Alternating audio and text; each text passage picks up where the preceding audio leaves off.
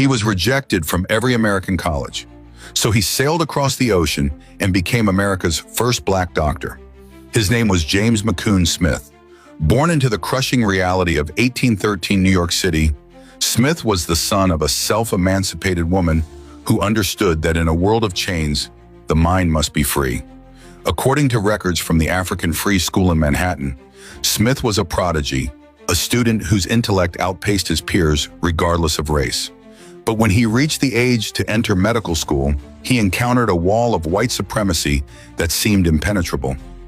Every medical college in the United States, from Columbia to Geneva Medical College, rejected his application based solely on the color of his skin. Refusing to be defined by prejudice, Smith did the unthinkable. He raised the funds to sail across the Atlantic to Scotland. According to the official matriculation files of the University of Glasgow, James Mcune Smith arrived in 1832. He didn't just survive in that rigorous environment, he dominated it. In an era where most physicians had barely a year of training, Smith stayed for 5. He earned a bachelor's, a master's, and in 1837, his medical degree. When James Mcune Smith returned to New York, he didn't just return as a physician. He returned as a direct threat to the intellectual foundation of slavery. In 1838, he opened the first black-owned pharmacy in the United States at 55 West Broadway. It was a clean, professional space that served both black and white patients, a radical act of integration in a segregated city. But Smith's true battlefield was the realm of scientific racism. In the 1840s, a dangerous pseudoscience called phrenology was being used to argue that black people were biologically inferior. Simultaneously, the 1840 U.S. Census was released, claiming that free black people in the North were 10 times more likely to be insane or idiotic than those enslaved in the South. Pro-slavery politicians used this data to argue that freedom was literally making black people crazy.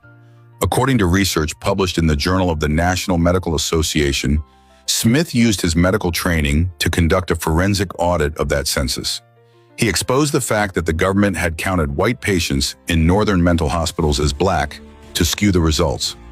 He published his findings in a series of scathing papers, with proving that the census was a fraudulent document designed to uphold human bondage. He was the first African American to publish in a peer-reviewed medical journal, and he used that platform to dismantle the lies of the state. His influence extended far beyond the clinic. He was a close confidant and ghostwriter for Frederick Douglass. In the pages of the North Star, Douglass famously referred to Smith as the most learned man of color in the country.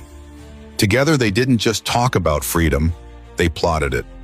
Smith co-founded the Radical Abolitionist Party, arguing that the Constitution was inherently an anti-slavery document. He was a member of the Committee of 13, a group that physically protected fugitive slaves from kidnappers on the streets of New York. So why was he erased? After his death in 1865, the narrative of the first was often shifted to others who were more palatable to the white establishment. But the archives do not lie.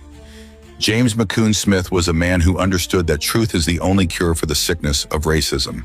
He was a healer who treated the wounds of the body while fighting to amputate the cancer of slavery from the American spirit.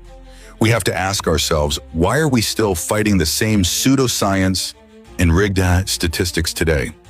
If a man in 1837 could debunk a national conspiracy with nothing but a pen and a medical degree, why are we still letting the algorithms and the experts define our worth in 2026? I want you to head to the comments. Tell me the truth. Do you think our history books forget people like Smith by accident? Or is it a deliberate attempt to keep us from realizing that our excellence has always been the greatest threat to the system? Share this video to restore the name of the man who broke every barrier to heal a nation. Hit that follow button and join us at Black History Unfiltered. The truth is our medicine.